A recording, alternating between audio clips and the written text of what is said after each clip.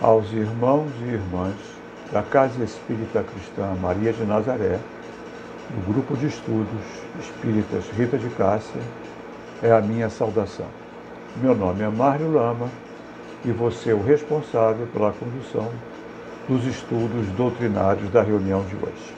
Como é de praxe em nossa instituição, nós iniciamos com uma prece, rogando a Deus nosso Pai, a Jesus nosso Mestre, a Mãe Maria de Nazaré, patrona de nossa instituição, e essa espiritualidade que nos assiste e dirige na divulgação da doutrina espírita, o suporte e a permissão necessária para considerarmos iniciada esta etapa de estudos da doutrina espírita. Graças a Deus. E o tema escolhido para a nossa conversa, eu gosto de falar conversa, tá? Porque a gente bate um papo sobre doutrina espírita. É a escala espírita, no Livro dos Espíritos, na questão 100 em diante, na parte segunda dos Espíritos. Quando Kardec, então, ele inicia a sua investigação do mundo espiritual. E, interessantemente, quando Kardec começa esse processo, através dos fenômenos conhecidos das mesas girantes, quando ele começa a perceber, quando ele percebe que o fenômeno é real, que o fenômeno permite a investigação do mundo espiritual, ou seja, a continuidade da existência depois da morte sempre foi um grande enigma. Todas as religiões, todas as doutrinas espiritualistas nos falam da continuidade da existência. Mas as condições dessa continuidade, elas são extremamente variáveis de doutrina para doutrina, incompletas e muitas vezes até ofendem o nosso raciocínio. Então, o que acontece na maioria das pessoas que pensam?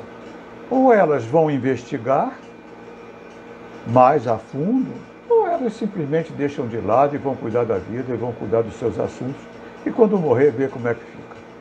Ou vão para a parte materialista, as doutrinas materialistas, do nada.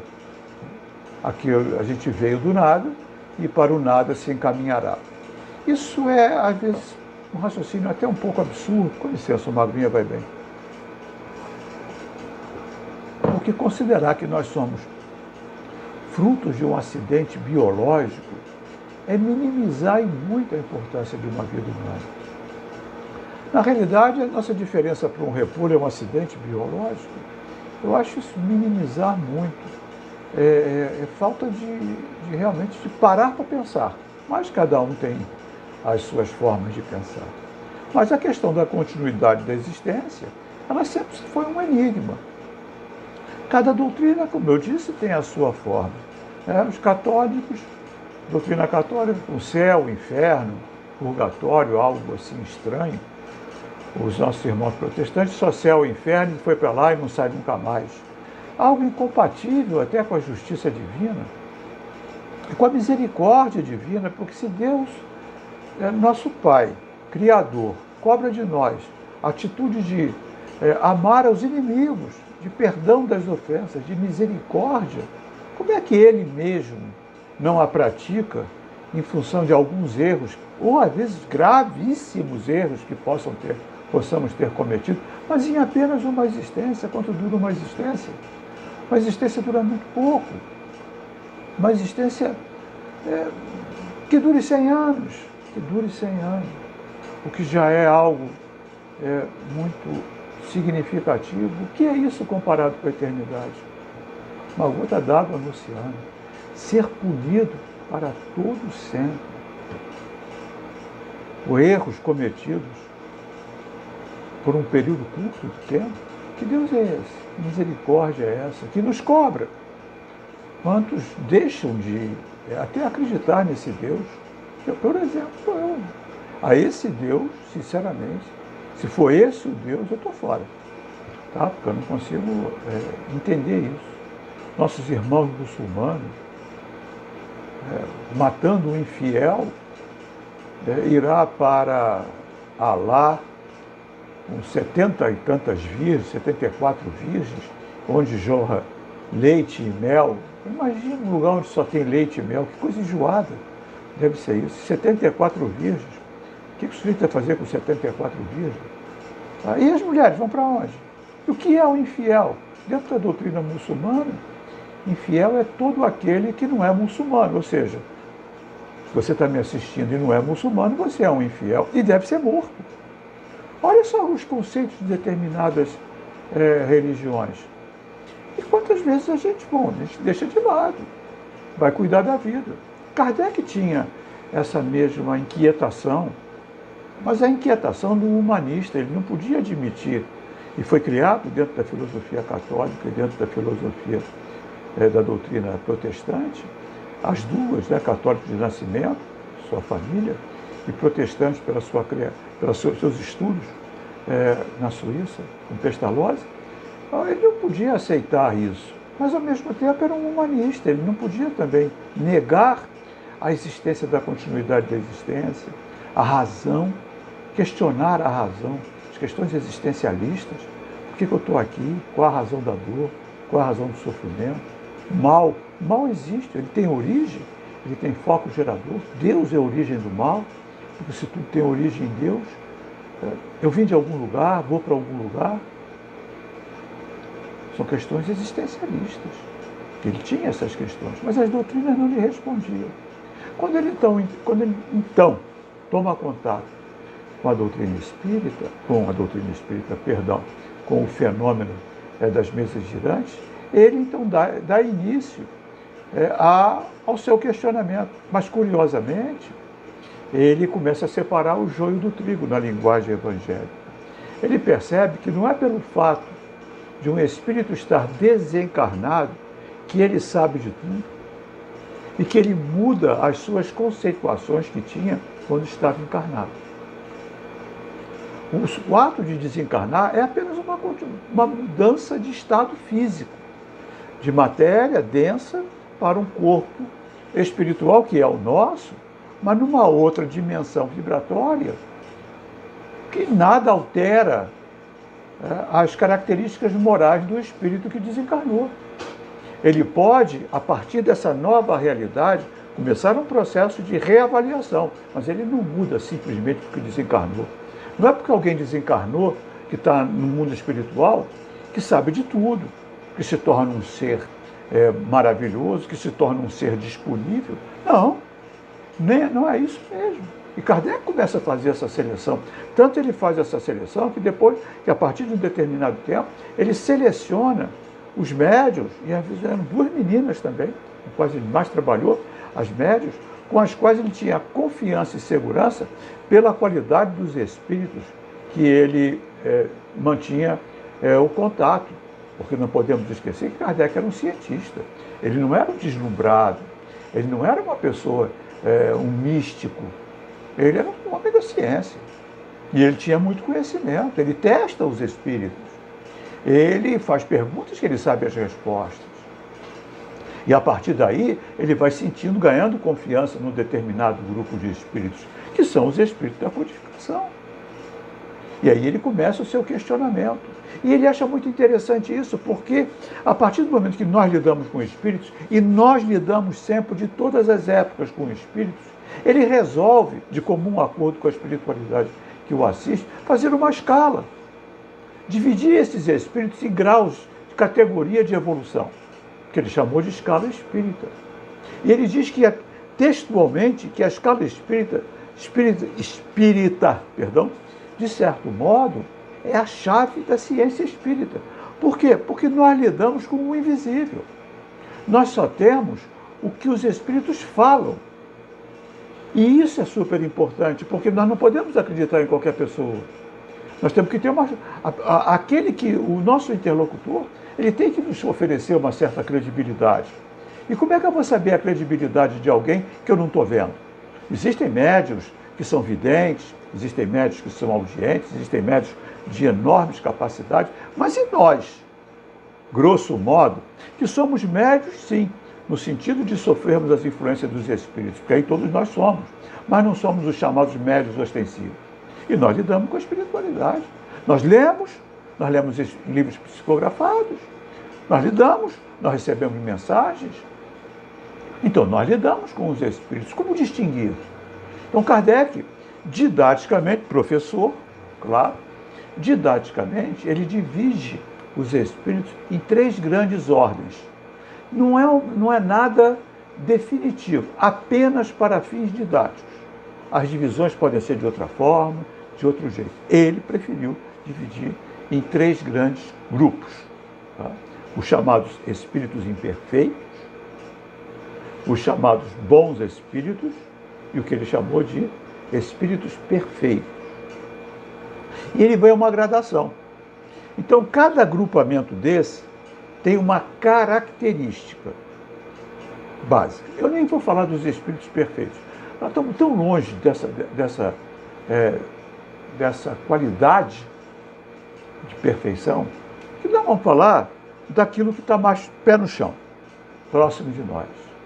Os espíritos imperfeitos e os bons espíritos.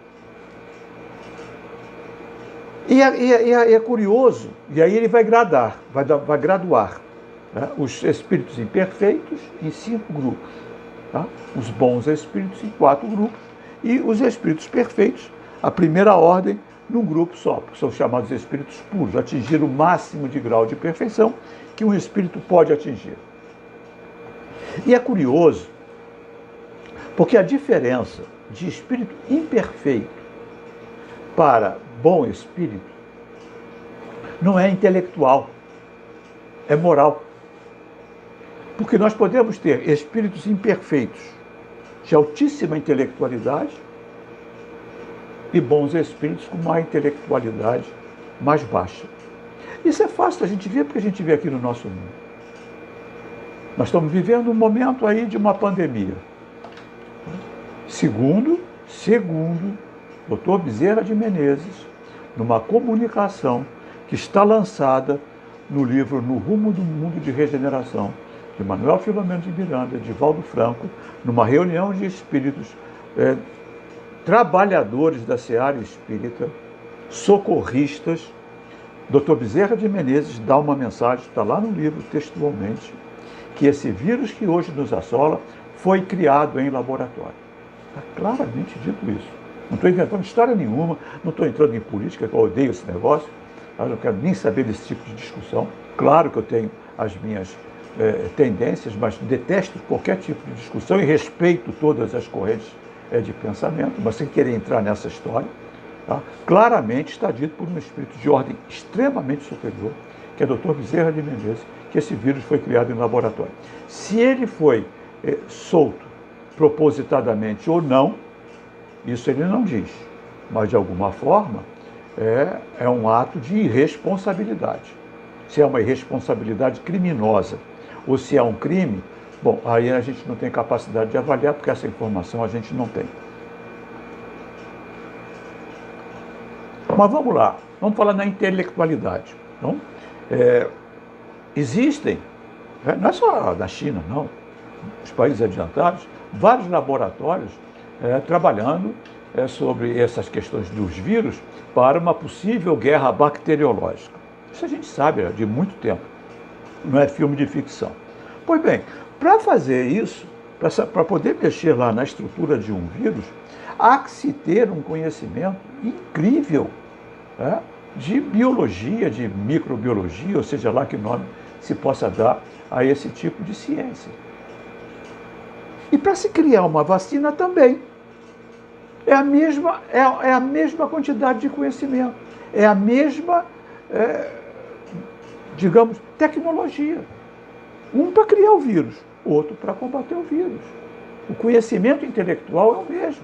O direcionamento é que é diferente. E é isso que caracteriza os espíritos das ordens. Espíritos imperfeitos, forte influência da matéria. E aí, vai brilhar um pouco meus óculos aqui por causa da luz, predominância da matéria sobre o espírito, propensão para o mal, ignorância, orgulho, egoísmo e todas as paixões que lhe são consequentes. Isso caracteriza um espírito imperfeito. Então é foco. predominância da matéria. Ele vai em cima daquilo que lhe é tangível. E aí vem o orgulho, o egoísmo e todas as paixões que lhe são decorrentes. Então, uma predominância de um país sobre o outro, uma predominância de uma pessoa sobre a outra, isso caracteriza, ou de um grupamento de pessoas sobre os outros, isso caracteriza o espírito imperfeito, muitas vezes altamente intelectualizado. Não pensemos que são espíritos sem intelecto. E aí daqui a pouquinho a gente vai ver as gradações. E aí vamos para o segundo grupo, que é o grupo da segunda ordem, que é o grupo dos bons espíritos, onde a gente vai ter predominância do espírito sobre a matéria, desejo do bem. Suas qualidades e poderes para o bem estão em relação com o grau de adiantamento que hajam alcançado. Uns têm a ciência, outros a sabedoria e a bondade, e os mais adiantados reúnem o saber, as qualidades morais. Ou seja, nem todos têm saber, mas têm qualidades morais, têm foco. Então, o espírito imperfeito, os espíritos imperfeitos, eles focam nos bens. Vamos fazer assim, sem querer fazer trocadilho, nos bens que podem produzir. Os bons espíritos focam no bem que ele pode realizar. Um procura os bens, outro procura o bem. Como é que a gente vai ver isso? Como é que vamos então descobrir isso? Pelo foco. Então, quando você aqui, e isso é importante, porque nós lidamos com espíritos o tempo todo, e muitas vezes nos associamos a eles, e quando nos associamos a eles, criamos conexões. Nosso cérebro é um dínamo de energia. Nós nos comunicamos por campos magnéticos. Nosso cérebro funciona à base de impulsos eletroquímicos. E onde existe eletricidade, existe campo magnético. E esse campo magnético ele tem uma frequência vibratória, em hertz, medida. E essa frequência vibratória é dada pelos nossos sentimentos. E nós conectamos campos magnéticos com campos magnéticos. Então, se eu tenho um sentimento de ódio, se eu tenho um sentimento de raiva, eu vou conectar com os campos magnéticos da mesma frequência, sejam eles de encarnados ou de desencarnados, porque o desencarnado também pensa. Também pensa e também emite. E aí nós fazemos conexões, e essas conexões ampliam. Já percebeu quando a gente está em algum estado, normalmente mais para o triste, mais para o deprimido, coisa chata. Parece que vai potencializando. É mesmo, é chato. Né? Nossa, isso é tão difícil, isso é tão complicado. E aí isso vai potencializando. Porque a gente caiu no campo magnético, com a nossa frequência, do pessimismo. E isso amplia. E quando a gente está também num estado de melhoria da nossa vibração, também nós vamos ser ampliados. E aí a gente vai entrar nas faixas mais elevadas. Então, ou a gente está na faixa da perturbação, ou a gente está na faixa do socorro. Vai depender da mente. Onde está a tua mente, está teu coração. Onde está a nossa mente, está o nosso coração. Então, esse tipo de espírito que está buscando desenvolver lá na biologia, desenvolver-se lá na biologia para criar uma guerra bacteriológica, um vírus de alto poder de destruição, ele tá numa determinada conexão. E essa conexão não é boa. E aquele que está focado numa ajuda, num crescimento, ele está numa outra conexão. Um exemplo claro disso é o Dr. Sebi. Porque até pode estar focado na produção de uma vacina que possa eliminar ou diminuir os danos do vírus, mas com fins financeiros. E aí continua sendo espírito imperfeito, porque ele está buscando um remédio ou está buscando uma solução para uso próprio, benefício próprio. Então aí a indústria farmacêutica é a indústria que mais produz, ganha mais dinheiro que o tráfico de droga. Mais dinheiro que a indústria de armas. E agora, nesse momento aí, uma vacina dessa custa 12, 10, 15 dólares, 20 dólares até. Veja quantos bilhões vão rolar aí de dinheiro nesse mundo aí dos laboratórios. E aí a gente vai se lembrar de Dr. Sabin, com a vacina da poliomielite. Dr. Sabin quebrou a patente. Ele não aceitou ter direitos autorais sobre a patente. Foi dito, mas você podia ganhar uma fábrica, você pode ficar milionário, multimilionário, com a patente da sua vacina. O que ele disse? Eu não criei uma vacina para ganhar dinheiro. Eu criei uma vacina para salvar vidas. E salvou milhões de vidas, além de outras que deixaram de ter a poliomielite e ficarem lesionadas. Ele quebrou a patente. Ele não criou uma vacina para ganhar dinheiro. Percebe o que é foco? Foco é isso. Um outro espírito incrível, Dr. Albert Schweitzer. Dr. Albert Schweitzer era na primeira metade do século passado, quando jovem, um pianista incrivelmente talentoso, pianista clássico, com futuro na música clássica aberto para ele. E ele, um determinado dia, leu uma revista sobre uma doença tropical que estava dizimando populações na África subsaariana. E ele sente um aperto no coração. Ele sente um aperto no coração. E aí o que ele faz? Vai tocar piano lá? E adiantava? O que adiantava? O que ele sabia fazer? Tocar piano. Para tocar piano, para ajudar em quê? Aquela população. Ele foi estudar medicina. Olha que coisa curiosa, ele foi estudar medicina. Para poder se formar e ir socorrer aquelas pessoas. E aí na faculdade de medicina, e as coisas começam, as conexões começam a surgir. Ele encontra uma colega de estudos que fazia enfermagem, e eles ambos eram evangélicos, ditos ser protestantes, e eles se apaixonam, e ele vai com a sua esposa, quando se formam, vai com a sua esposa lá para aqueles países da África subsaariana e monta um hospital. E aí sabe o que ele faz? Ele começa a vir na Europa com regularidade para fazer concertos e palestras para arrumar verba para o seu hospital. E sabe o que aconteceu com ele durante a Segunda Guerra? Foi preso. Olha que coisa de doido pelos alemães. E ganhou o Prêmio Nobel, em 1954. Outra, Nobel da Paz, outra personalidade do século passado, tão conhecida nossa, Chico Xavier, mais de 400 livros publicados, psicografados, milhões de exemplares. Se tivesse usado direitos autorais, teria ficado multimilionário. Não ficou com um centavo dos direitos autorais. Um centavo. Doou todos os direitos autorais. Aí você pode dizer, poxa, mas é livro de espírito, então ele não tem direito a direito autoral. Desculpe a redundância. Tem sim.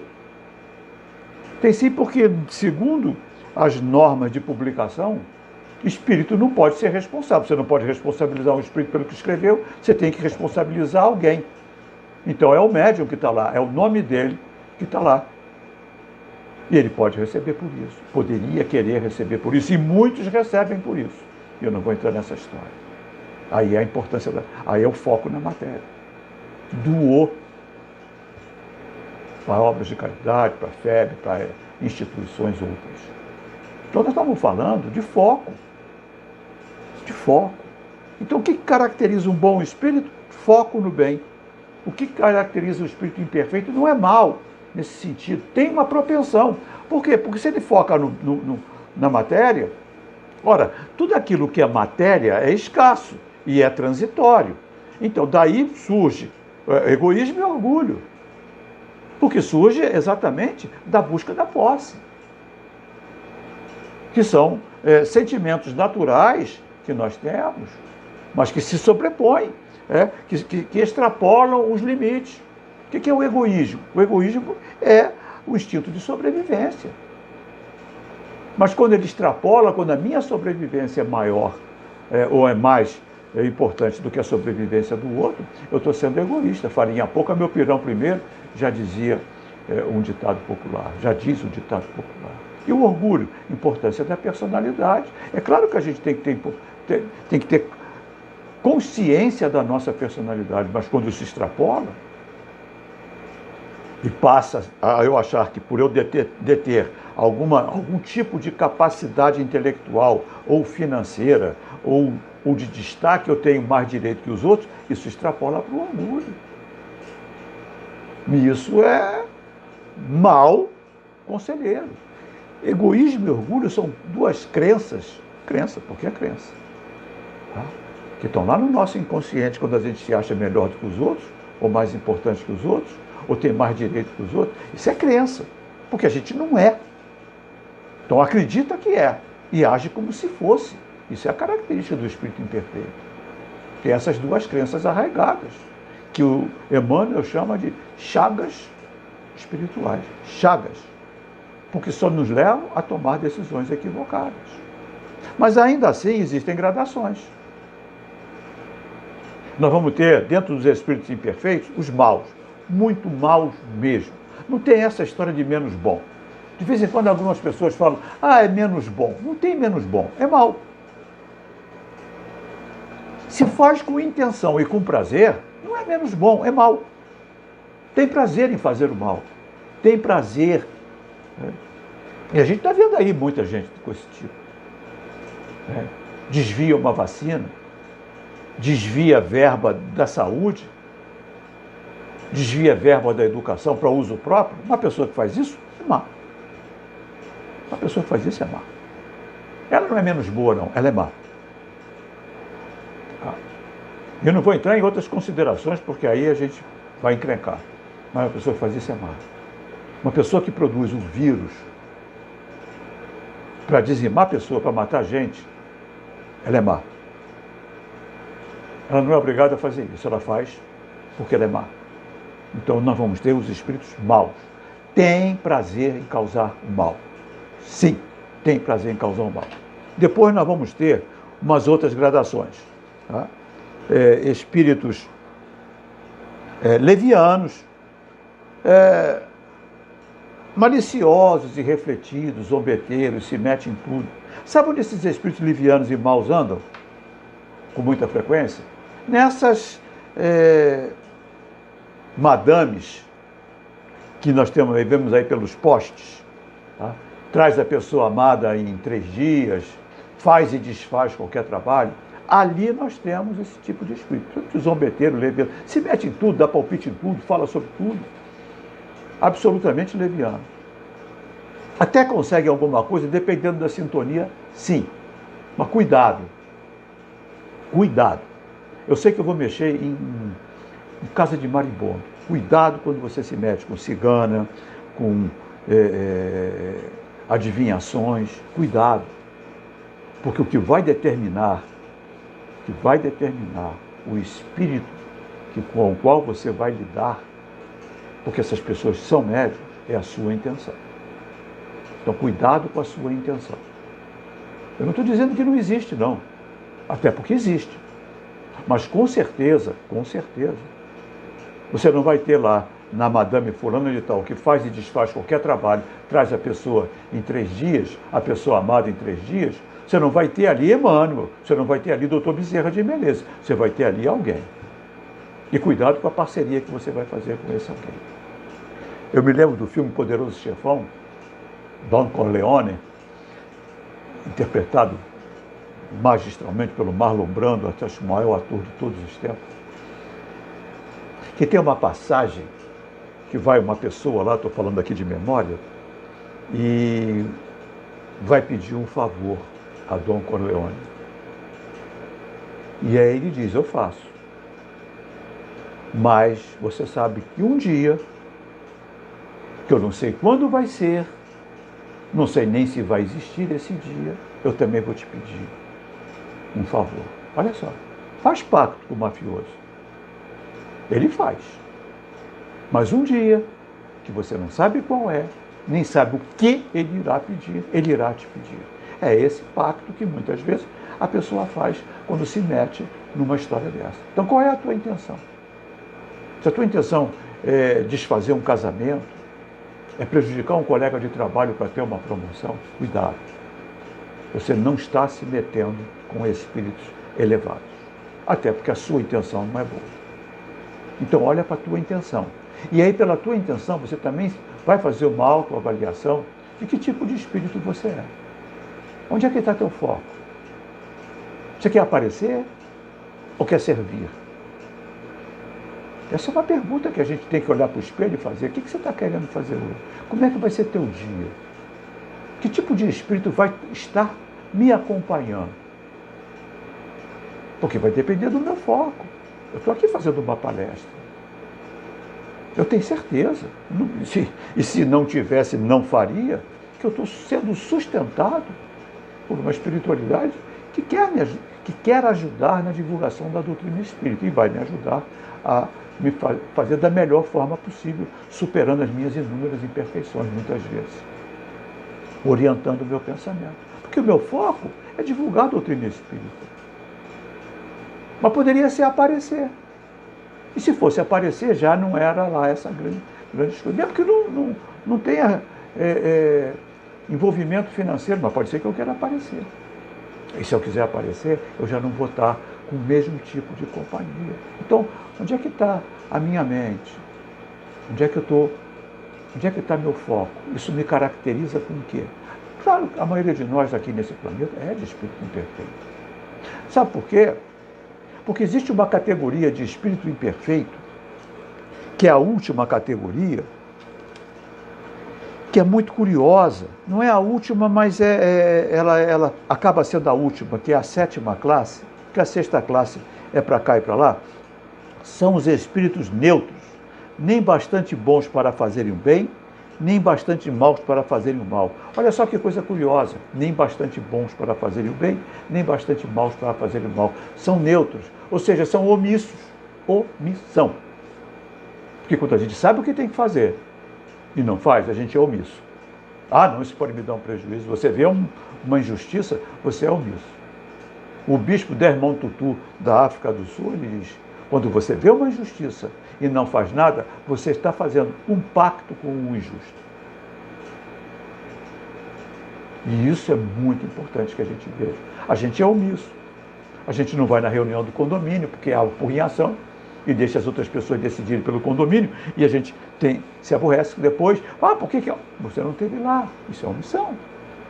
A gente, quando vota, às vezes vota no amigo, ou vota em alguém que pediu para votar em alguém, não sabe nem quem votou, e você está dando lá uma procuração para uma pessoa agir em seu nome por 4 ou 8 anos, se for senador. Não sabe nem quem votou. Ah, mas fulano pediu. Ué, você investigou? Quer dizer que a gente erra? Claro. Eu estou arrependidíssimo de alguns votos que eu dei. Arrependidíssimo, mas eu os dei com consciência. Eu fui enganado. É diferente, porque eu também não tenho bola de cristal. Aquelas pessoas que levaram meu voto, algumas delas me enganaram. Simplesmente isso. Mas a minha consciência está tranquila de que eu procurei escolher o melhor. É que o problema é que às vezes a gente não consegue escolher o melhor. Acaba ficando com o menos pior. Mas é omissão quando a gente não escolhe. Aí vai lá e vota em branco. Mas vai reclamar de quê? Se você vota em branco, você está sendo omisso. Ah, mas nenhum dos dois, nenhum dos três. Então vamos levantar uma bandeira para mudar isso. Mas você vai votar em branco? Você vai votar neutro? Vai votar lá? Você está sendo omisso. Isso é um neutro. Nem bastante bom para fazer o bem, nem bastante mal para fazer o mal. Nem suficiente mal para fazer o mal. E aí talvez esteja o grande grosso da humanidade, pelo menos na minha avaliação. E na segunda ordem, às vezes até se destacam. São seres humanos com problemas, com dificuldades homéricas. Madre Teresa de Calcutá, na sua biografia, não é romance nem nada não, nas suas cartas, tem um filme. Eu vi aqui na TV a cabo, As Cartas de Madre Teresa. Não achei mais esse filme. Gente, é preciso ver esse filme. Eu devia ter gravado, guardado. É preciso ver esse filme. Porque Madre Teresa, ela tinha um orientador espiritual, que era um pároco da sua paróquia, né? Pároco da paróquia. Padre com o qual ela tinha uma relação e era seu orientador espiritual. E o arcebispo lá da Índia. E ela escrevia cartas para eles. Essas cartas ficaram guardadas. E essas cartas vieram à tona no processo de canonização. E é muito curioso, porque Madre Teresa, ela tinha convicção que Deus tinha abandonado ela. Ela não era descrente, não. Mas ela achava que Deus tinha abandonado ela. Mas ela nunca abandonou o trabalho. Olha que coisa fantástica. Porque era tanta dor, tanto sofrimento, tanta miséria que ela lidava, que aquilo mexia com ela por dentro, e ela não entendia como é que Deus permitia que aquilo acontecesse. Então ela achava que estava abandonada por Deus. Está nas cartas dela. É interessante, ela era uma angustiada, não deixava passar para as suas lideradas. Ela se mantinha sem deixar passar para as suas lideradas. Mas ela tinha as suas inquietações espirituais. E nem por isso deixou de fazer o que tinha que ser feito. Era uma professorinha de inglês para as meninas ricas de Calcutá. E a Índia é um país que tem uma miséria horrorosa, mas também tem uma classe média enorme. É um país com mais de 1 bilhão de habitantes, com 200 milhões de classe média e rica.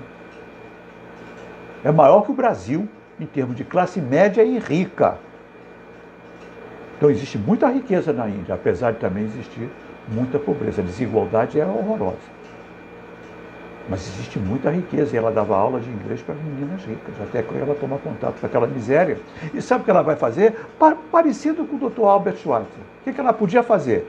Freira, religiosa, dando aula de inglês. Ela vai estudar enfermagem. Ela se torna uma técnica de enfermagem. Aprender a fazer curativa, primeiros socorros. Ela vai estudar para ajudar. E depois ela vai se meter lá.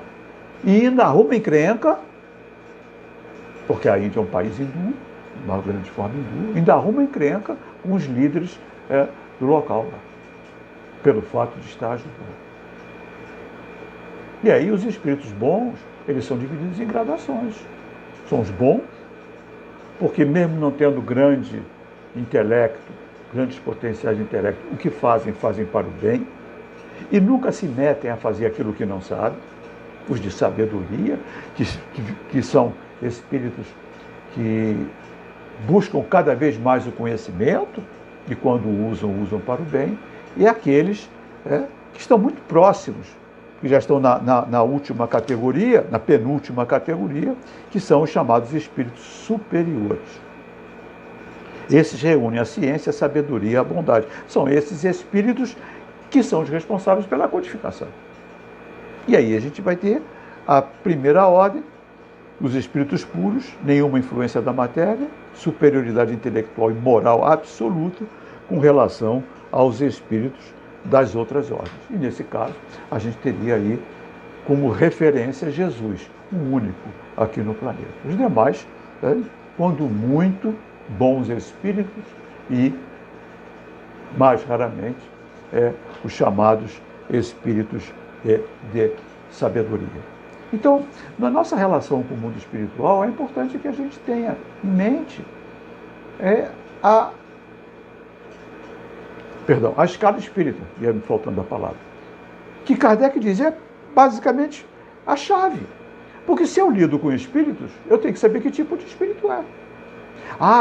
E eu ia deixando passar nos espíritos imperfeitos, os chamados pseudo-sábios. Isso é uma praga. Por que são os pseudo-sábios? Esses são perigosíssimos. Deixa eu pegar aqui. Dispõe de conhecimentos bastante amplos, porém creem em saber mais do que realmente sabem. Tendo realizado alguns progressos sobre diversos pontos de vista, a linguagem deles aparenta um cunho de seriedade, de natureza a iludir com respeito às suas capacidades e luzes. Esses são um perigo para nós espíritos. Geral, os chamados pseudo-sábios. E olha, vou nem dizer onde estão. Acho que vocês já descobriram onde estão esses espíritos, que parecem saber mais do que sabem, distorcem tudo, são extremamente prolixos. E Kardec fala sobre isso no livro dos Médiuns, da identificação dos espíritos pelas mensagens, que a prolixidade é uma das características dos espíritos que não tem muito o que dizer. E aí enche de palavra complicada, enche de palavra difícil, aquilo que ele poderia dizer em dois ou três parágrafos. Quer ver um espíritos de... Quanto mais elevado o espírito, maior o poder de síntese. Porque eles têm mais o que fazer. Então eles são muito sintéticos nas suas mensagens.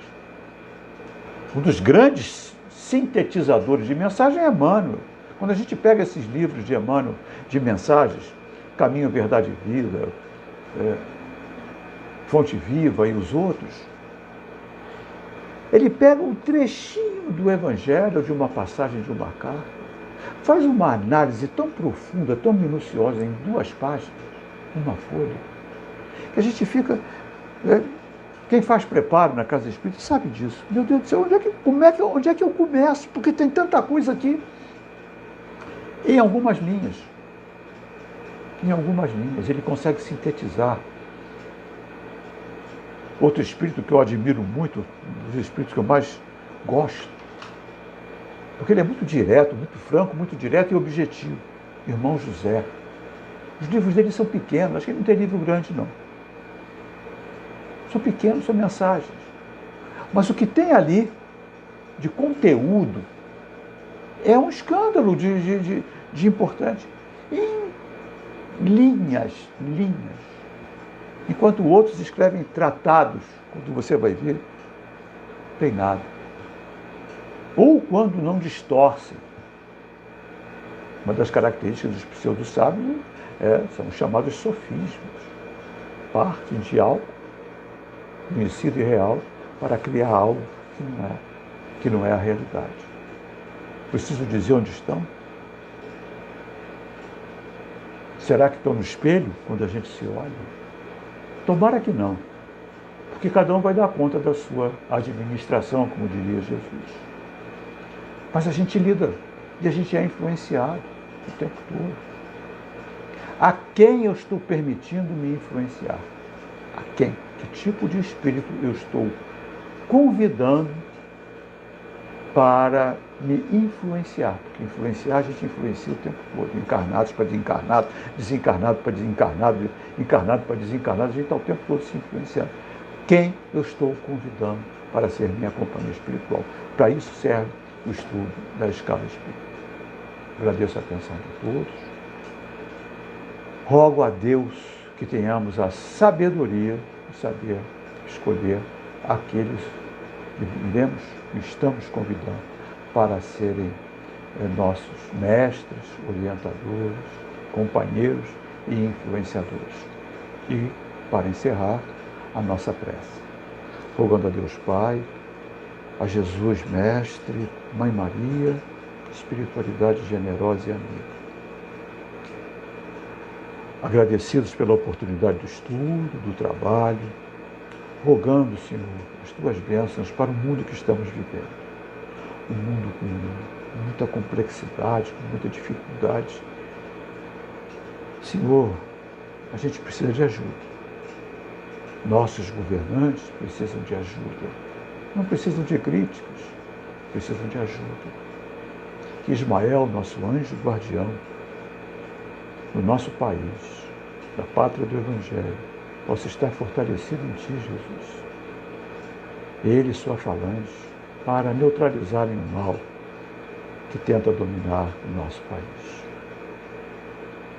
Rogando então, Senhor, que possa nos dar a permissão necessária para encerrarmos essa atividade de estudos de hoje da Casa Espírita Cristã Maria de Nazaré. Graças a Deus, muita paz. Obrigado a todos pela atenção.